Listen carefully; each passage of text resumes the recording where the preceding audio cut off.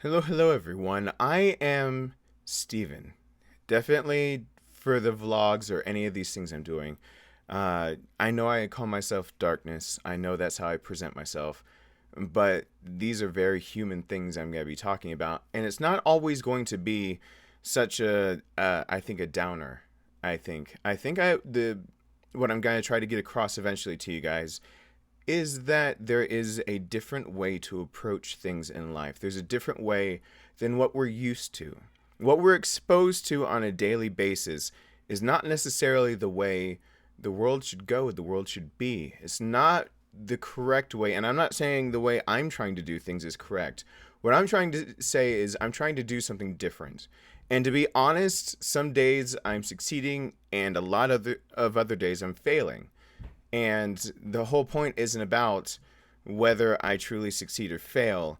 It's the idea that I don't have to follow what's being put forward to me of what other adults have done, what the people generation before me would have done, what the example that's just kind of out there for society's sake. All of those things don't have to apply to me. I can choose something different, and I can choose to be different no matter what other people say about it. I think that's going to be the central message of a lot of what I have to say. And this first part is simply me saying that I was going to tell a story to you guys in three parts and then add a fourth because I knew the second part would be confusing.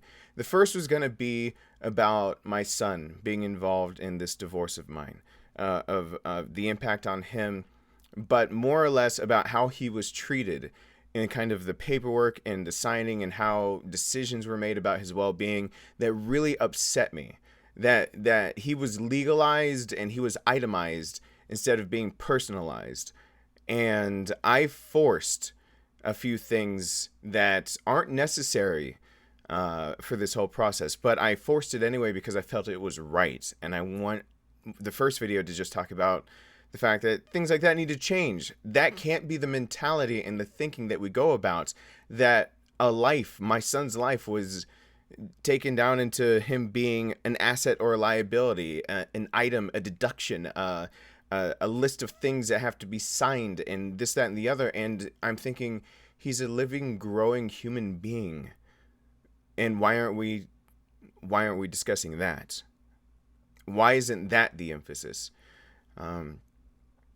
And I guess in the second video, I was going to try to describe to you guys why I'm trying to do things so differently with how, especially centered around Rowan. This is centered around my son. All of these three things that I was going to make videos around. What went wrong in my relationship. More, not to just spew things out because I'm not going to, and I hope you guys too. I don't want either myself or her to be demonized. I want to put out there that, life happened, and the reason to put it out there was that my son was caught in the crossfire. And even on top of all the circumstances of the things I could have done differently, the things she could have done differently, what it takes, what it means, and what it actually amounts to when you need to put that aside.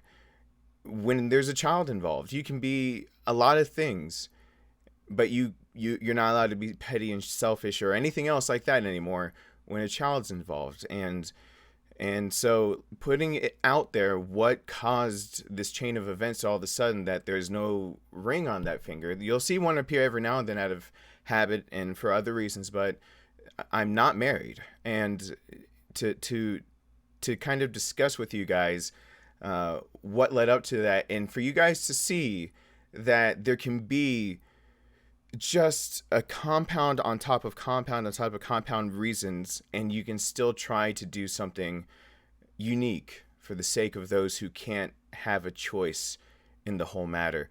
And the third was kind of going to be moving forward. But I've been told over and over that I'm a good storyteller.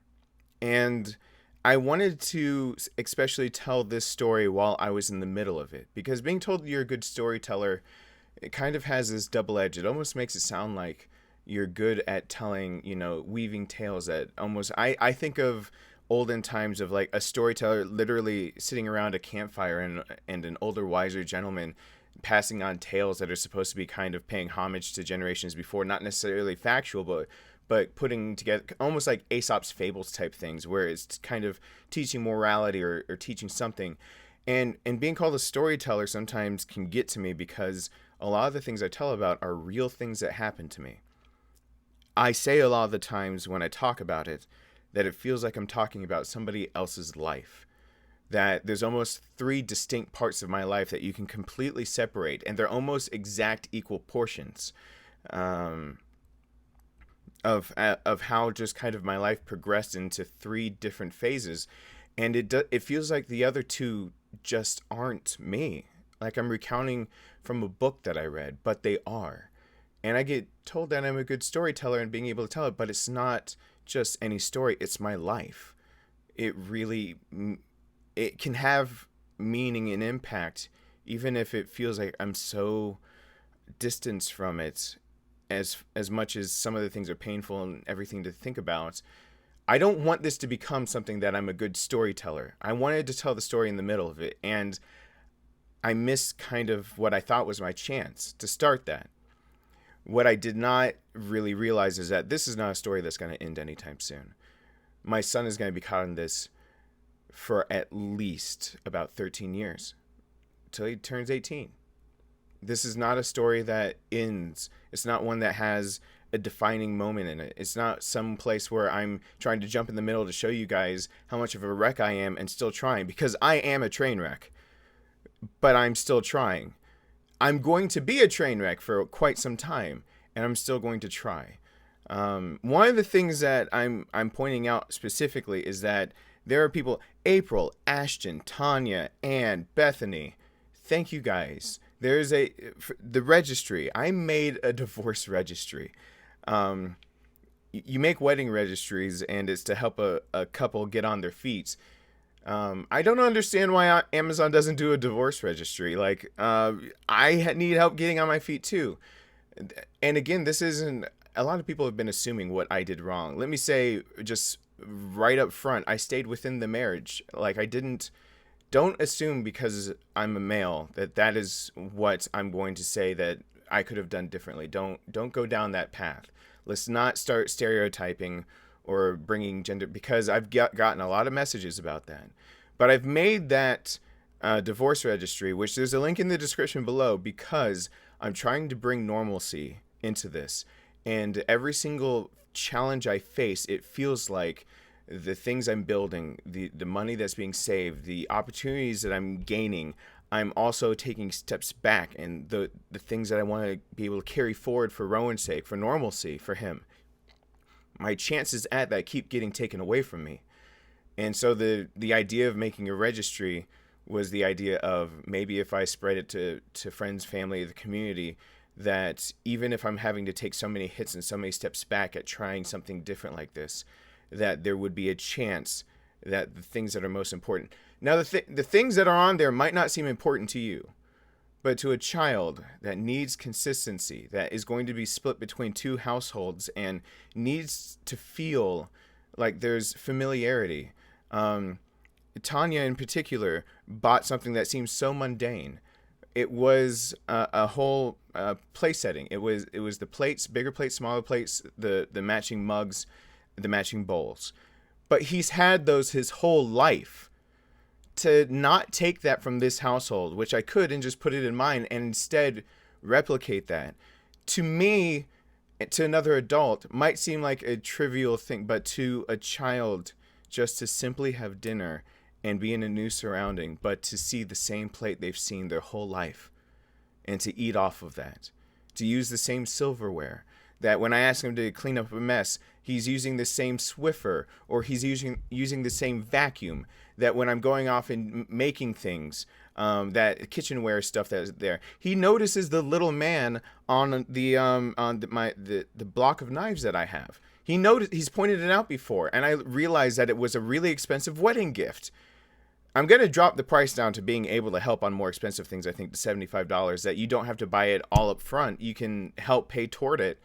But it's not me being selfish and wanting the things that I have. It's me, instead of being selfish and taking from this house to furnish my own, which I have a right to do, Instead, trying to leave behind as much as possible, duplicate what is important to him, and create a sense of normalcy that he doesn't have to be treated like luggage or a side note, or be looked at as if those little things to him aren't enough of a thing to, because the little things add up.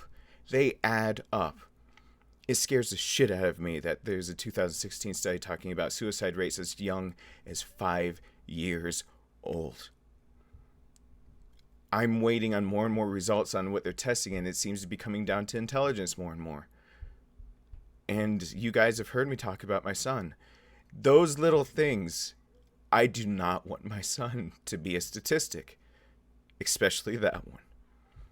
Those things might seem frivolous that I'm trying to get, but the money that I put aside for that somehow gets sucked up into paying for one household that I'm not going to stay in, paying for health insurance that I can't afford, trying to put down money on another house that all of a sudden it gets swept away because another bill comes in when other money was supposed to come in and never got here.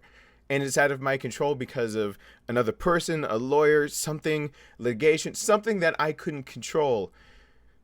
This is the best I could do. I think what I'm trying to say is there's going to be a series that where you'll see me emphasize in live streams, and you'll see me emphasize in the videos, and you'll see me emphasize in things like the registry, that I'm trying to create something different. And what that different thing is literally putting him first no matter what.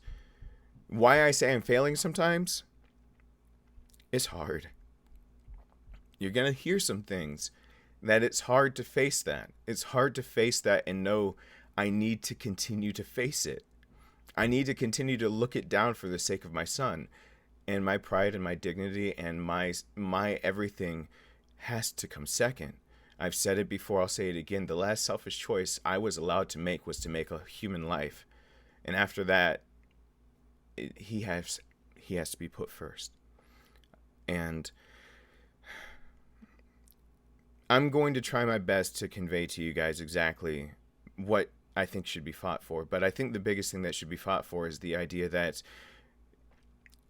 if you make a life, if you dedicate yourself to thinking that this is something that you're going to do, you have to follow through with it, no matter whether there's a difference in adult feelings or not. Part of it is working with the other parent if possible. Part of it is working despite the setbacks, despite the things that you'll hear from other people, despite the criticism you'll get for not following the normal trend of how this is supposed to go, because the normal is broken.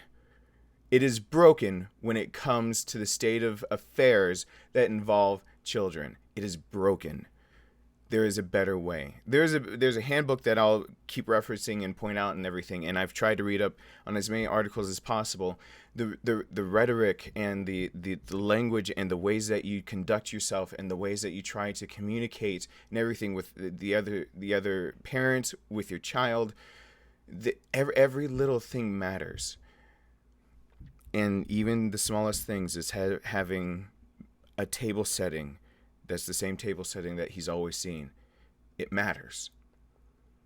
So I'm a dad. I take pride in that. I take pride in the idea that I made such a wonderful life. Not necessarily for myself, but I literally made a human being that's wonderful. And now I have to do my job. I need to step up any way possible. Even if it's turning to you guys as a community and saying things like, check out the registry. Even if it's doing things like that, because damn my pride or my anything if it gets in between me and doing what's right for my son. Because I also have the one other setback, which is he is a single child. So everything that you can think of that can go wrong, just compound that by about 10, because he's alone. He's alone in all these transitions. There will be times where he is alone. And to be able to pull him back out of that, my job to pull him back out of that feeling, I do whatever it takes. whatever it will take. So thanks for listening to me ramble. There will be other videos talking about what happened, about just kind of how the legal system treated it. There's going to be a video about what happened between what caused the divorce and why still, despite what happened, those events, which still neither side should be demonized. It takes two to tango. That I don't believe that it should be a let's thrash party of either side. It's a let's talk about what happened and then still say that there can be a difference. He doesn't just have to be a casualty in war. This is possibly the worst thing that'll happen in his life. Now it's my job to, whatever it costs, work with whoever I need to work with to make it the best it can be in the worst possible case he can get. Do you understand? Like this, that's my job. And the third one is kind of like moving forward. What do I do? What am I going to do? What should people try to strive for? And even if I fail, what should I have done differently? I've already got a litany of things that I should have done differently. I don't get another chance. But maybe hearing me, you guys don't have to have the idea of I need another chance. Maybe you guys get to hear that there's a different way, and then you get to see the pitfalls of not having a very clear example of what that different, in my opinion, healthier way for the child is. You get to avoid the pitfalls because I look around the world and I just don't see the examples I need to know what to look out for. So, thank you for listening to me ramble. Sorry if you hear footsteps because that's my son running around playing. And I hope to see you guys here soon again for me talking about some more serious topics, more in depth, trying to keep it concise. And just check the description for ways to support.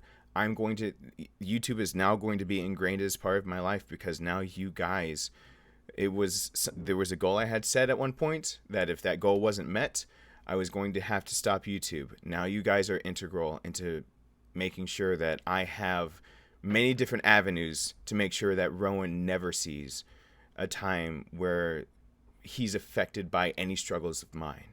I need to have as many routes as possible available to me to make sure that I do my job to protect, to provide, and to raise my son one day to be better than me. So thanks for listening. I hope you guys have a good day, are having a good day. I hope you guys enjoy the videos I'm going to be putting up still because Detroit Become Human, we're into it and I'm playing it. And I hope you guys will listen in for other times that I decide to go off and ramble. So until then, I hope to see you guys around for that next ramble really soon. Bye.